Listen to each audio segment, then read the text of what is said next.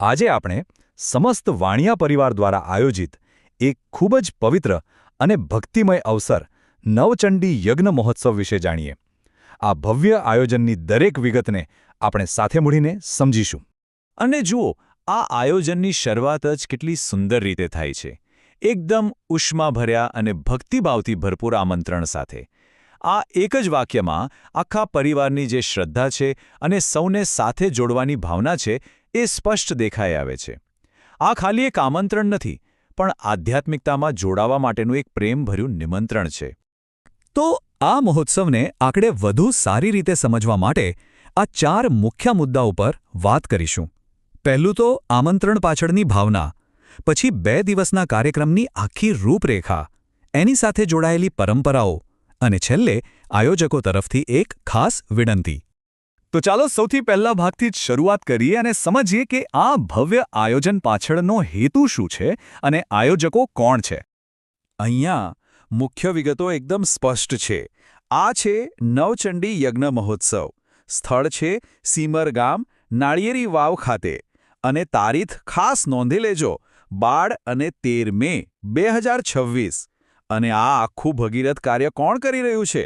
તો કે સમસ્ત વાણિયા પરિવાર. આ જ તો એમની એકતા અને સામૂહિક શ્રદ્ધાનું પ્રતીક છે, ખરું ને? કોઈ પણ યજ્ઞનું આધ્યાત્મિક કેન્દ્ર હોય છે એના આરાધ્ય દેવદેવીઓ. અને અહીંયા છે શ્રી વાઘેશ્વરીમાં, શ્રી ખોડિયારમાં, શ્રી ચામુંડા માતાજી અને શ્રી ખેતલિયા દાદા. બસ એમના જ આશીર્વાદ મેળવવા માટે આ મહાયજ્ઞનું આયોજન કરવામાં આવ્યું છે. ચાલો હવે આપણે આ 2 દિવસના મહોત્સવના આખા કાર્યક્રમ પર એક નજર નાખી લઈએ, જેથી બધા ભક્તજનો પોતાની અનુકૂળતા પ્રમાણે આ દિવ્ય પ્રસંગનો ભાગ બની શકે. તો જુઓ, પહેલો દિવસ એટલે કે 12 મે મંગળવાર સવારના 9 વાગે શરીર અને મનની શુદ્ધિ માટે હેમાદ્રી જેવી પવિત્ર વિધિઓથી શરૂઆત થશે. પછી 11 વાગે ભોજન પ્રસાદ અને ફરાળ, બપોરે 2:30 વાગે માતાજીના ચંડીપાઠ અને સાંજે સાયંપૂજા અને જમણવાર. અને દિવસનું સમાપન થશે સાંજે 7 વાગે ભવ્ય રાસ ગરબાની રમઝટ સાથે.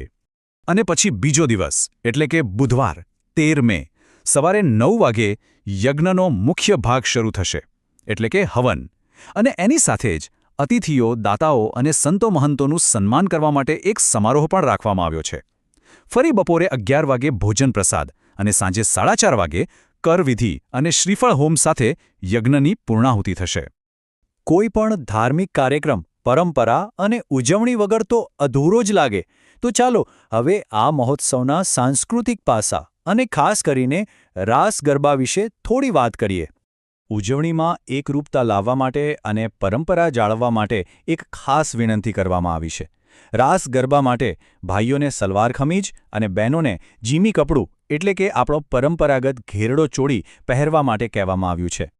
અને આ સૂચન પાછળનો હેતુ ખરેખર ખૂબ જ સુંદર છે. આયોજકોનું માનવું છે કે જ્યારે બધા જ એક સરખા પરંપરાગત વસ્ત્રોમાં સજ્જ હશે, ત્યારે આખા સમારોહનો જે ભક્તિભાવ છે, જે શોભા છે, એ અનેક ગણી વધી જશે. આ ખાલી ડ્રેસ કોડ નથી, પણ સામૂહિક રીતે પ્રસંગને વધુ દિવ્ય બનાવવાનો એક પ્રયાસ છે. અને હવે આપણે અંતિમ વિભાગ તરફ આગળ વધીએ છીએ, જેમાં આયોજકો તરફથી એક હૃદયપૂર્વકની અપીલ કરવામાં આવી છે. અહીં સમસ્ત વાણિયા પરિવાર સૌ ભક્તજનોને દિલથી આગ્રહ કરે છે કે આ પાવન અવસરે જરૂરથી પધારજો અને માતાજીના દિવ્ય આશીર્વાદ મેળવજો. ખાસ કરીને જે લોકો ખેતી કે નોકરીમાં વ્યસ્ત હોય, એમને પણ આ 2 દિવસ પોતાના પરિવાર સાથે આધ્યાત્મિક લાભ લેવા માટે ખાસ વિનંતી કરવામાં આવી છે. કારણ કે સૌની હાજરી અને શ્રદ્ધાથી જ તો યજ્ઞની શોભા વધશે. અને અંતે આ સુંદર આશીર્વાદ સાથે આપણે આ માહિતીને પૂરી કરીએ છીએ.